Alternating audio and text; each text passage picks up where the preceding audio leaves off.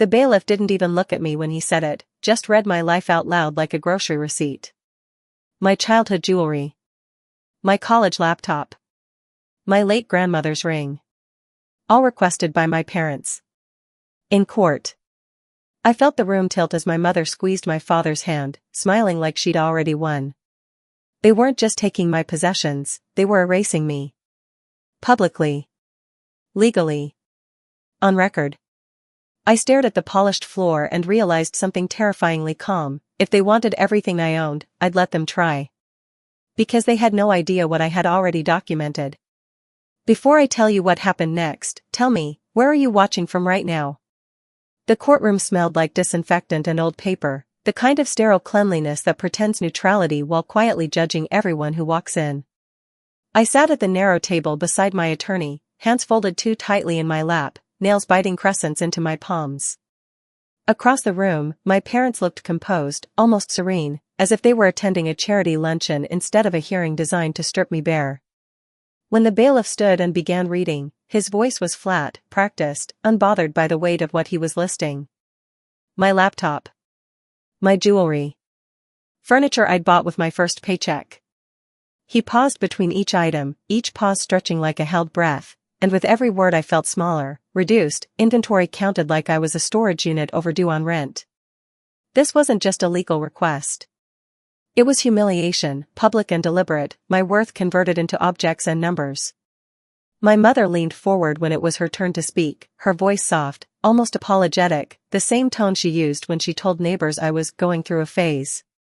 She painted me as unstable, irresponsible, drowning in debt because I couldn't manage money without their guidance. Emotional abuse dressed up as concern.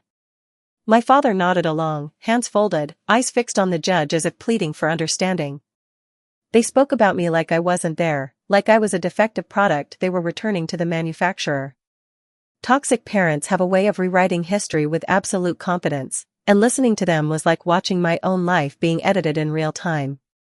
Every sentence carried betrayal, the familiar sting of family drama that had followed me since childhood, only now it was sealed into court transcripts. I felt the judge's gaze flicker toward me and then away, his expression unreadable. The bailiff didn't look at anyone. He just read. Each item landed like a slap, and the word possession echoed in my head. Possession. Ownership. As if I'd never been more than something they could claim. My chest tightened, heat crawling up my neck, the old shame resurfacing, the one planted by years of emotional neglect and financial manipulation. I thought of birthdays where gifts came with strings, of college tuition used as leverage, of every time love was conditional. This was the natural escalation of a narcissistic family dynamic that thrived on control. And here I was, center stage, watching them perform it flawlessly. Inside my bag, resting against my ankle, were the documents they didn't know about. Receipts, transfer records, notarized letters. Proof. I could feel their weight through the leather, grounding, and electric at the same time. Family secrets have a pulse when they're close to the surface, and mine thudded in rhythm with my heart. I imagined standing up, laying everything out, watching my parents' faces crack. The urge was physical, a tremor in my legs, but I stayed still. Silence, my attorney had told me, was not weakness. It was a strategy. Still, listening to my mother lie under oath tested every nerve I had. She spoke about sacrifices, about how much they'd given up for me, about how ungrateful I'd become. Generational trauma wrapped in a pretty bow. I caught a glimpse of my reflection in the polished wood of the table, my face pale but my eyes sharp. Something had shifted. The humiliation was still there, heavy and public, but beneath it was a cold clarity. If they wanted a war over inheritance, over possessions, over control, they'd picked the wrong battlefield. This was no longer just family betrayal. This was a legal game, and I had evidence they couldn't manipulate with tears. My attorney slid a pen toward me, a subtle gesture, grounding me again. He didn't look at me when he whispered, just kept his eyes on the papers in front of him, calm as a metronome. Let them talk, he murmured, barely moving his lips. Every lie helps us. His confidence was quiet, infuriatingly steady, and it forced me to breathe. Across the aisle, my mother's voice wavered for just a second when the judge asked a follow-up question about ownership dates. It was small, almost imperceptible, but I saw it. A crack. Suspense doesn't always announce itself loudly, sometimes it hides in pauses and misremembered details. The bailiff finished the list and stepped back. The room felt suspended, everyone waiting for something to happen. My father cleared his throat, adding a comment about responsibility, about how this was for my own good. I almost laughed at the familiarity of it, the way abusive behavior hides behind parental authority. I kept my eyes down, letting them believe I was shrinking. Inside, my revenge plan was already aligning itself, piece by piece. Financial records. Contradictory statements. The power imbalance they relied on was fragile, dependent on my silence. When my mother finished, she smiled at me, a private, satisfied smile she thought no one else noticed. It was the same smile she'd worn when she took my savings account for safekeeping years ago. The judge nodded slowly, making a note. My attorney finally turned toward me, his hand resting lightly on my arm, anchoring me to the chair. "Do not respond," he said softly, eyes serious now. "No matter what they say next, you stay silent." At that exact moment, my mother raised her hand again, ready to add one more lie, and I realized the real trial was only just beginning. They said I spent too much as a child. That I was reckless. That every dollar they gifted me was an investment I failed to return. But when you grow up in a house where love is given to one sibling like oxygen and measured out to you in teaspoons, you learn to suffocate quietly. I used to watch my brother's mistakes disappear, his failed businesses written off, his late-night accidents blamed on stress, his credit card bills paid before they reached the mailbox. But when I needed a few hundred for textbooks, it became a courtroom exhibit. I remember how my mother used to smile at him after he crashed her car and laugh it off. That same woman stared me down across the courtroom yesterday, talking about moral failure like it wasn't rotting in her own bloodline. The irony is, I believed them for years. That I was the disappointment. The irresponsible one. The drain. But opening that old email chain last night, seeing my father authorize a $30,000 wire to my brother while claiming to the court that I stole from them, it didn't just sting. It flipped something. There it was, the proof I wasn't crazy, or wrong, or broken. Just scapegoated.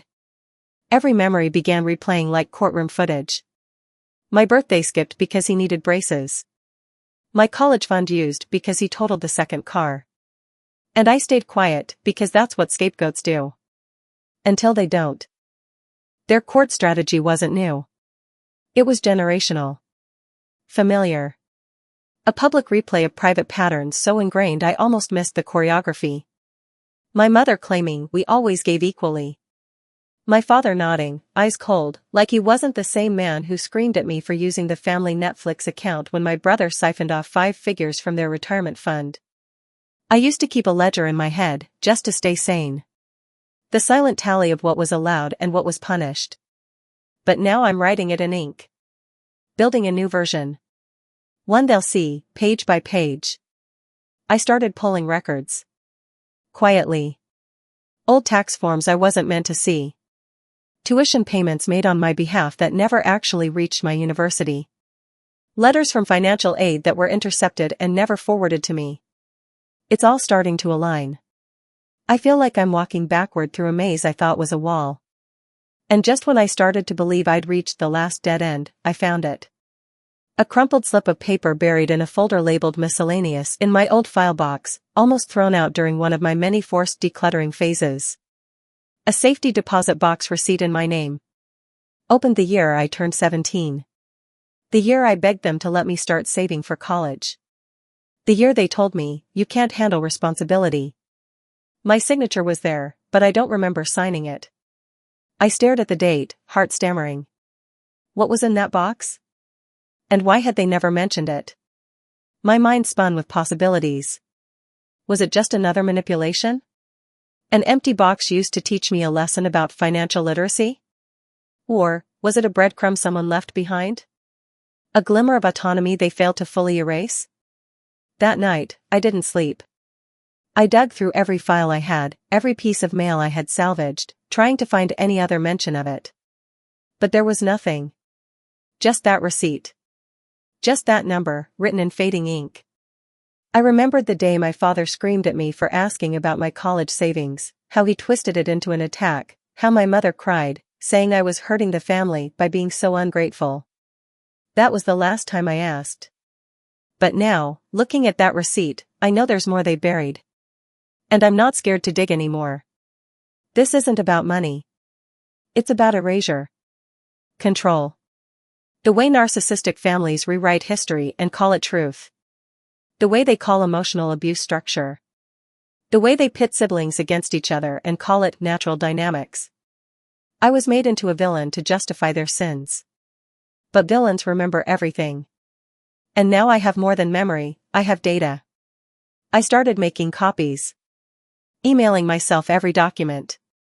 Backing up folders to multiple encrypted drives. I knew if they suspected what I had, they'd try to destroy it. They already had, once.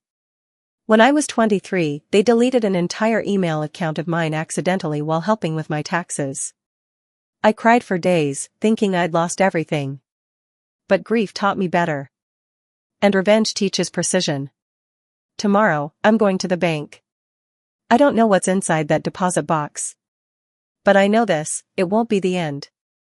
It'll be the next key. The next crack in their glass mask.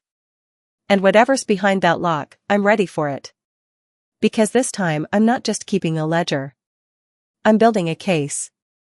And I'm going to make them wish they'd kept me poor, silent, and erased, because now I'm armed, and they're exposed.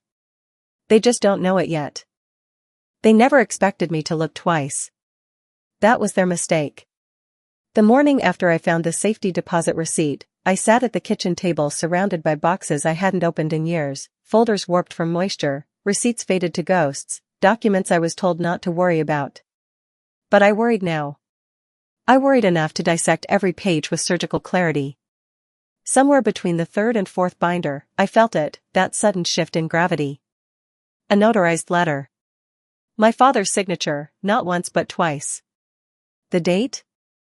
2 years before the supposed loan they now claimed I defaulted on. The content? A statement of irrevocable gift. No repayment expected. No obligation. Just a signed declaration of what I already knew in my bones, the money was given. Freely. Legally. Documented.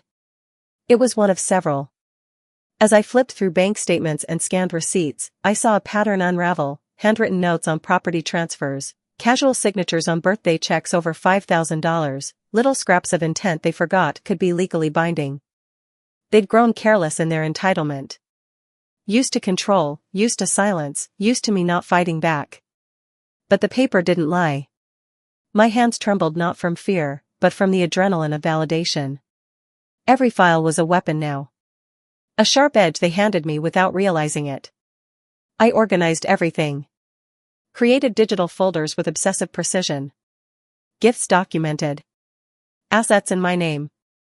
Contradictions in testimony. By the time the sun hit the edge of the countertop, I had compiled enough evidence to unravel half their claims. I wasn't the thief.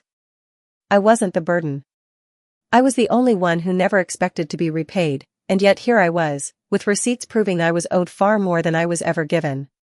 Then the phone rang. I didn't answer the first time. Or the second. But on the third ring, something told me to pick up. It was her. My mother's voice slid through the line like syrup, too sweet, too slow, every syllable laced with strategic concern. Hi, sweetheart. I've just been so worried about you. All this stress, it can't be good for your heart. The heart she ignored every time it cracked beneath their double standards. I stayed silent, listening. Watching. Documenting in my mind how fast she turned from maternal to manipulative. Maybe we could talk. Without the lawyers. We're still family, after all. Still family. The words stung more than I let her hear. I responded calmly. I think we should keep this professional. Her pause said more than words. Then came the sigh. The disappointed, wounded sigh I'd heard my whole life when I dared to assert a boundary. You always were so dramatic. I hung up. And that's when it happened. As I returned to the files, a statement caught my eye, one I hadn't noticed before. A line of passive income routed from a property I'd long forgotten. It was listed under a trust fund, a trust opened in my name, with my social listed as beneficiary. But I'd never seen a cent. Not in college, not when I was unemployed, not during the darkest years when I almost gave up trying. And yet there it was, active, untouched, generating monthly income. My jaw clenched. They'd been drawing from it. Or worse, diverting it under the guise of family oversight. My name was on the paperwork. My signature. But I never had access. How many other assets had been hidden this way? How many forms had I signed during one of those family dinners when they handed me envelopes and said, just routine stuff? I printed the statement. Made 3 copies. One for me. One for my lawyer. One for contingency. Then I drove straight to the office. The moment I laid the documents on my attorney's desk, something shifted. For the first time since this began, he didn't frown or sigh. He smiled. Slow. Controlled. Like a man watching the scales of justice finally begin to tilt. This, he said, tapping the trust papers, is admissible. And this, he held up the notarized gift letter, is gold. It wasn't just that I had evidence. It was that I had the right evidence. Legal proof. Dates that contradicted their sworn statements. Income that invalidated their claims of support. Property that proved financial manipulation so severe it bordered on fraud. All tied to my name. All forgotten by them, because they assumed I'd never look. Never question. Never fight. But I was done playing the scapegoat. Done letting toxic family dynamics define my reality. This was no longer just emotional abuse. It was financial exploitation. A quiet, generational trauma dressed up as tradition.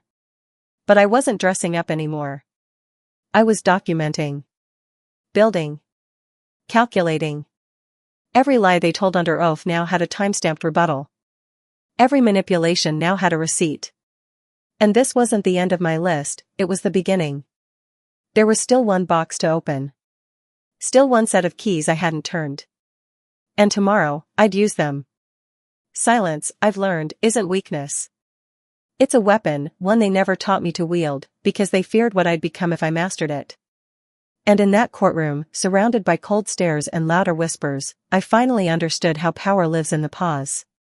Every insult, every twisted smirk, every whispered lie passed down the wooden bench like poison, I absorbed them. I let them float around me like smoke. I didn't react.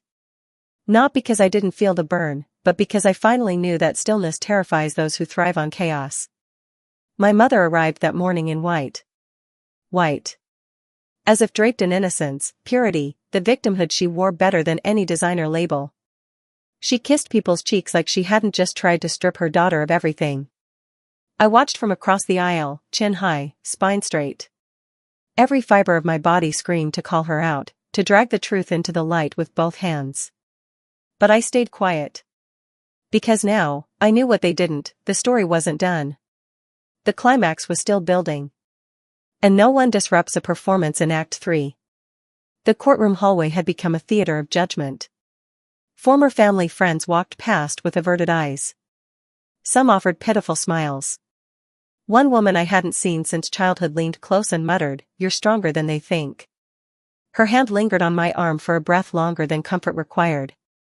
I didn't respond. Just nodded.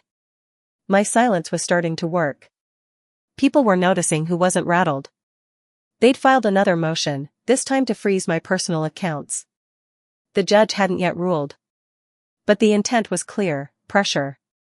Starve me out, exhaust me, make me beg. But I'd prepared.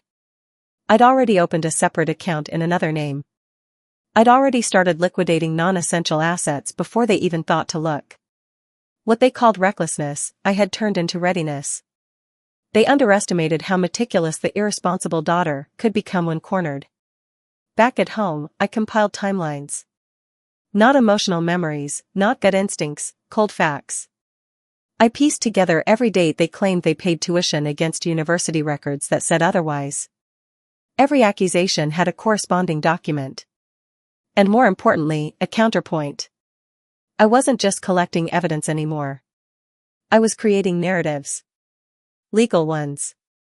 Stories with dates, facts, contradictions, all neatly filed for the day I'd speak again. My attorney had suggested a delay. Let them keep talking, he said. They're walking into their own trap. It was infuriating at first. But now I saw it, the cracks forming.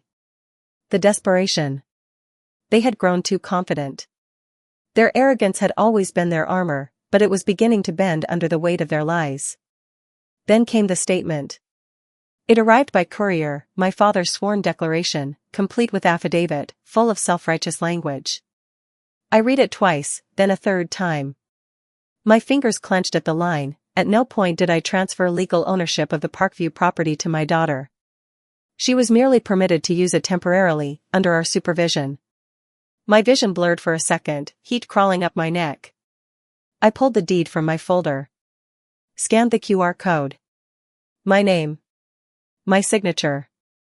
The county stamp. Dated and time-logged. I remembered that day clearly now, the notary they'd hired, the way my father rushed me through the papers saying, just sign, it's for the future. I was 26. Too trusting. Still hungry for their approval. Now? Now that lie was going to cost him. My silence cracked into a smile. I called my attorney immediately. Told him about the deed, the timestamp, the notarization. He didn't speak at first. Then he said, we'll wait. Let them submit it into evidence. Let them swear by it in court. I understood. This wasn't just about defense. It was a setup for perjury. For collapse. They thought I'd break under isolation. But they didn't know silence is also where seeds grow. That evening, my mother sent another message. Let's talk. We're still your parents. The irony burned deeper than I expected. Still your parents. Still the architects of this mess. Still calling their abuse protection, still dressing manipulation in the language of concern. I didn't respond. Not out of spite, but strategy. Every ignored message was a trigger. Every absence of reaction another thread in the noose they were tying around themselves. I sat in my apartment, surrounded by binders, digital files, and printed screenshots. I could almost hear them in their living room, confident, rehearsing lies over wine. They believed they'd won before this even began. But they didn't see how much I'd changed. How the child they controlled had grown into a woman they couldn't predict. My restraint wasn't surrender. It was calculation. In the next filing, I'd not only refute their claims, I'd countersue for damages. Emotional distress. Financial interference. Fraud. The silence they mistook for weakness had bought me time. Time to build. Time to watch them hang themselves on their own words. And they just gave me the rope. Because tomorrow, my father's sworn statement goes public. And I hold the deed that proves he lied. The room felt colder than usual, though I knew it was just nerves sharpening my senses. Depositions don't scream or slam doors. They slice. Quietly. Slowly. The attorneys arrange their weapons in manila folders and smile politely while they dismantle your life. But I had prepared for this. I had worn a neutral gray suit. I had tied my hair back. I had practiced stillness again. I wasn't here to argue. I was here to watch them unravel. My parents walked in like actors taking the stage.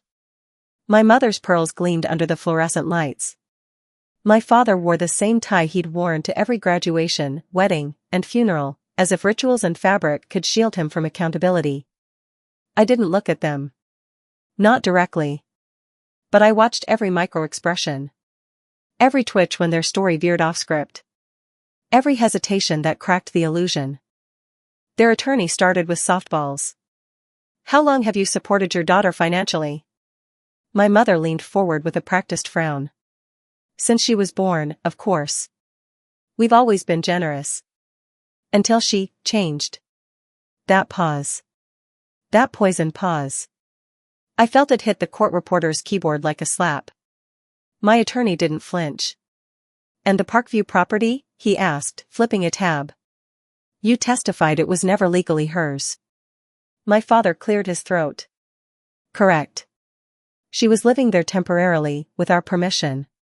We always retained ownership. I didn't move, but my breath caught, just slightly. Because that was the exact lie contradicted by the deed I now had filed and timestamped.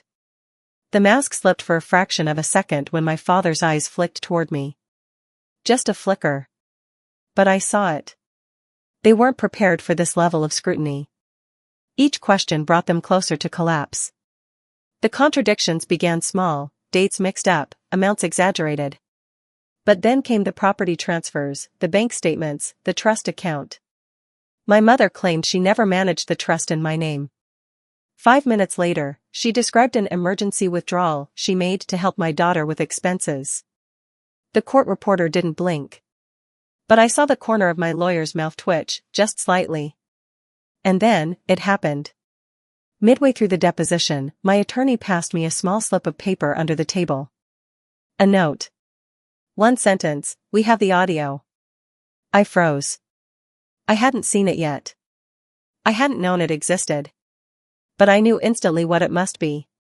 My cousin. Of course. The one who had been at the dinner that night, the night my father drunkenly bragged about shifting assets so I wouldn't get any ideas. She had pulled out her phone mid-rant, laughing nervously. I remember her face, the tight smile, the glance in my direction. She hadn't just recorded it. She'd kept it. And now, we had it. The rest of the deposition blurred into a slow-motion spiral. My parents kept talking. Kept embellishing. My father claimed he never made wire transfers to my account. My lawyer politely asked if he was sure. He nodded. We had the receipts. The ones he signed himself. The ones he apparently thought would never surface. Watching their confidence crack wasn't loud. It was subtle. It was the way my mother adjusted her scarf 3 times in 5 minutes. The way my father's hands began to tremble slightly when flipping through papers. The way their attorney started clearing his throat more often than necessary. I didn't gloat. I didn't even smile. I simply let them hang themselves with their own rope. After the deposition, the judge reviewed preliminary submissions. I hadn't expected anything dramatic. But when she leaned forward, brows furrowed, and asked, "Can both parties remain available for an emergency review session this week?" I felt the air shift. My father's mouth opened. Closed. The courtroom fell still. And in that silence, for the first time, I saw it on their faces. Fear. There's a unique kind of silence that follows a legal filing, a silence not of peace, but of precision. That's what filled my apartment the morning the motions were officially submitted. The faint click of my attorney's confirmation email echoed louder than any gavel.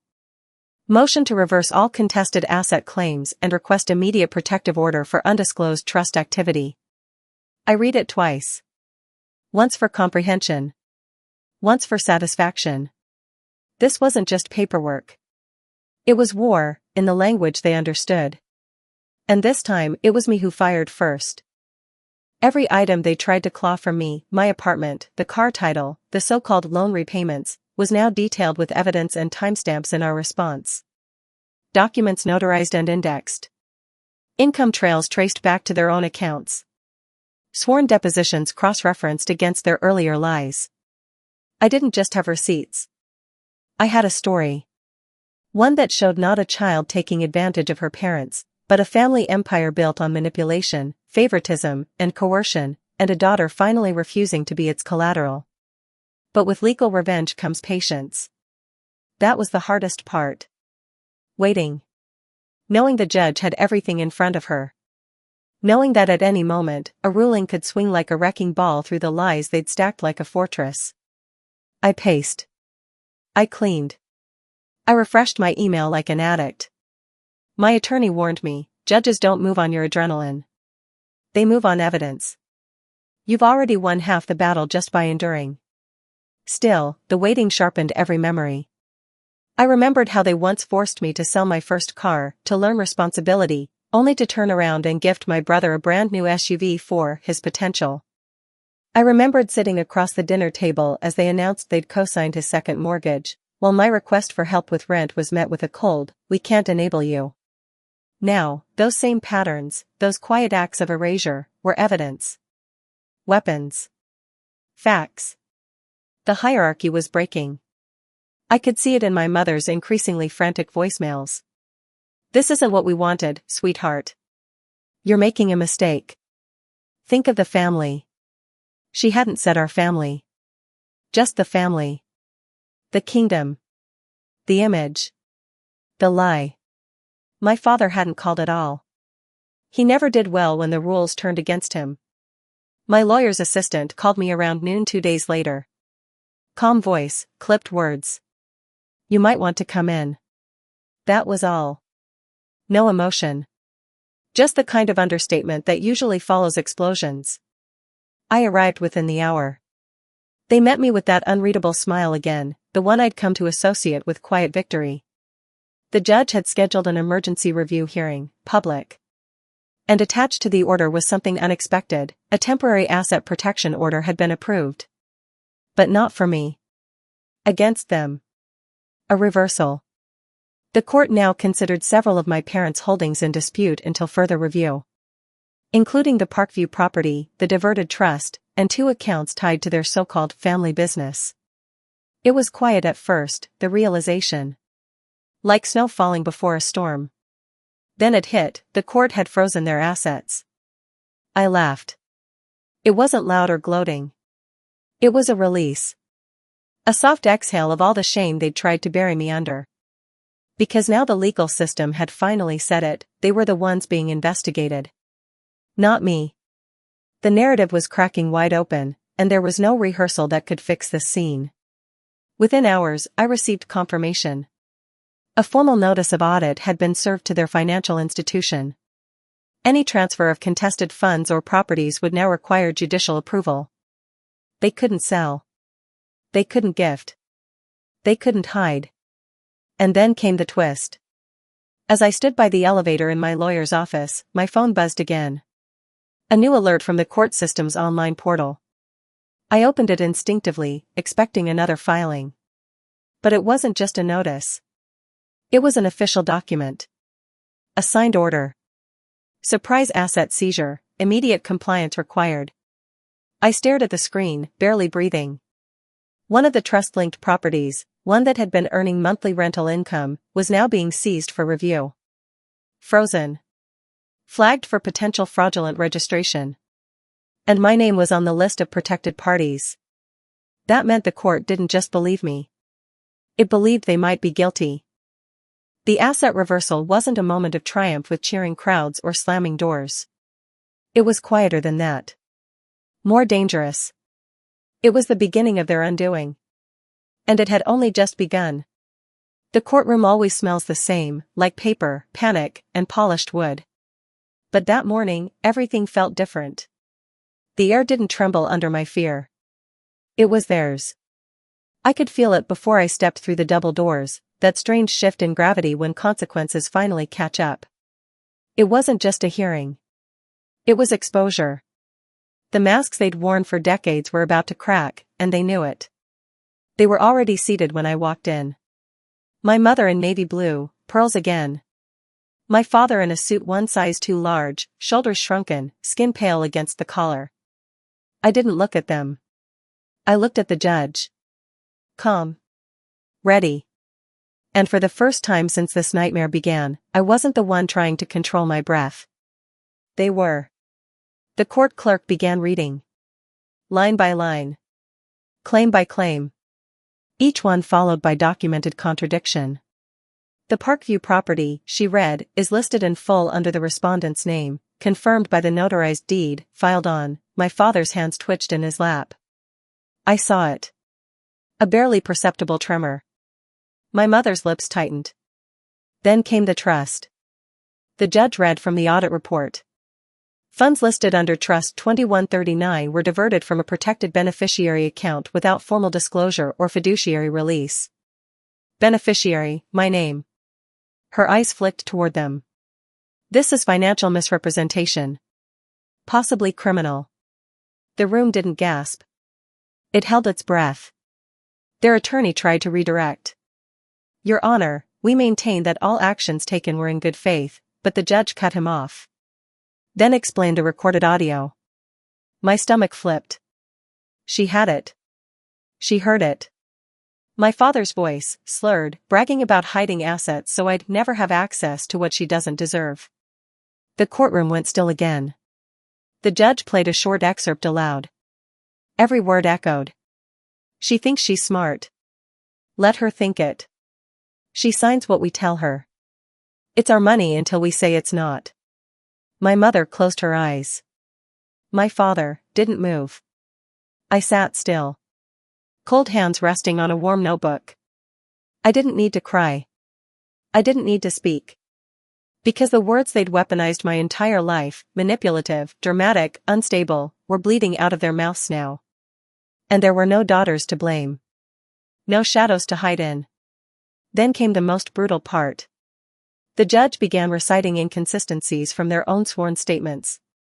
In Deposition A, the petitioner stated no financial gifts were given beyond routine support. However, in Exhibit 13, she held up the printed email. A written acknowledgement of a $30,000 transfer is recorded. This is dated prior to the alleged debt accumulation they attributed to the respondent. The room was silent but electric. My parents were unraveling publicly, not through screams or spectacle, but facts. Cold. Inarguable. One by one, their narratives cracked. Their confidence, the same poisonous pride they'd weaponized at every family dinner, every holiday gathering, was crumbling under the weight of evidence they never imagined I'd keep. Or understand. Or weaponize back. They glanced at each other, but not for support. For blame. The hierarchy had collapsed. The courtroom had become a mirror, and they couldn't look away from the rot they used to disguise as righteousness. And then, after almost an hour of exposure, the judge paused. Looked up. Until further review, the petitioner's credibility is in question. Temporary protections remain in place. All disputed assets are frozen. Further misrepresentation will be referred for formal investigation. The clerk asked if there was anything further. There wasn't. Except silence. Heavy. Cold. Final. And it hurt more than any scream. They didn't scream when the judge issued the final ruling. They didn't beg, or storm out, or fall to their knees. That would have been easier to witness. No, what I saw instead was quieter, far more devastating, the slow disintegration of control. My mother's mouth slightly parted, as if words were waiting to form but none could withstand the weight of the truth. My father blinked too often, his jaw locked in denial. I don't think he'd ever imagined this version of the story. One where I won. The ruling was surgical. Methodical. The judge detailed it line by line. All their motions were denied. Their claims declared fraudulent or unsubstantiated. The Parkview property, the trust income, the funds they siphoned behind my back, every piece of my autonomy they tried to erase, was restored. Legally. Publicly. Permanently. And just like that, their narrative collapsed in real time. They lost more than money that day. That's what most people don't understand about legal revenge. It's never just about finances. It's about stripping away the illusion. About revealing who someone is when the spotlight doesn't favor them anymore. My parents didn't just lose their case. They lost their reputation. Their standing in the very community they had manipulated so carefully for decades. Every lie they told was now a matter of public record. Every contradiction, every falsified statement, every cruel omission, documented, preserved, undeniable. I sat in silence as it all unfolded. No tears. No victory grin. Just presence. The kind they had always tried to take from me. I didn't need to speak. I didn't need to scream, I told you so. Because the truth had already spoken for me. My parents left the courtroom first. My mother didn't look back. My father kept his eyes down. And that was the last time I ever saw them. There was no dramatic goodbye. No final confrontation in the parking lot. No letter slid under my door. They vanished like a storm receding, loud, damaging, but eventually irrelevant. I walked out of the courthouse alone, the sun sharp and bright against the sidewalk. It felt almost wrong, how normal the world looked outside. But I suppose that's what healing really is. It doesn't announce itself. It just arrives. In the weeks that followed, I reclaimed more than assets. I reclaimed space. Time. Peace. My name was no longer tethered to their debts, their manipulations, their shame. I closed accounts they had monitored. Changed passwords. Deleted numbers. The silence that used to haunt me now felt like safety. No more false apologies. No more guilt-drenched voicemails. No more walking into rooms wondering what version of me they had already destroyed there. One afternoon, as I was sorting through old files, I found a photograph. The three of us. Taken years ago at a family wedding. I stared at it for a long time, searching the faces. My mother's smile, too wide.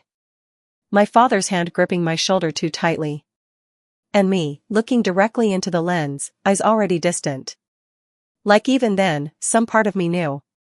I slipped the photo into a drawer I would later burn. And then came the final secret. In clearing out an old storage unit tied to the trust, I found a folder marked miscellaneous, inside, a single envelope addressed to me. Postmarked 10 years prior. Inside, a check. Uncashed. $5,000. A note in my grandmother's handwriting. For your future.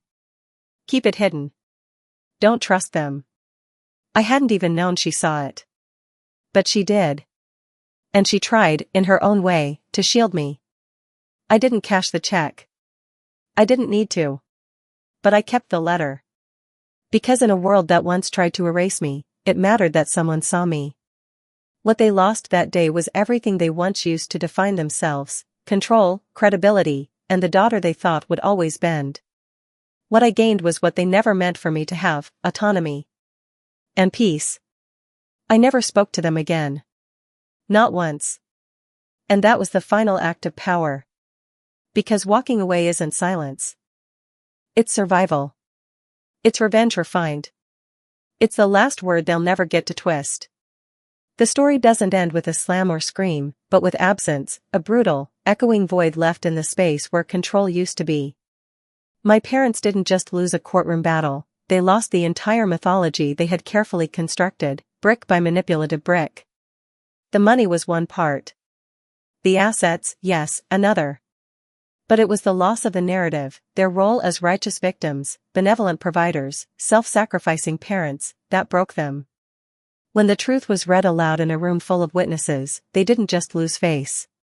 They lost identity. That collapse didn't need my voice to carry it. My silence, sharpened with documentation, evidence, and restraint, did the work. Revenge bloomed in court filings, not screams. My power wasn't in confrontation, but precision. Their hierarchy crumbled because I no longer needed to climb it. I simply stepped out of it.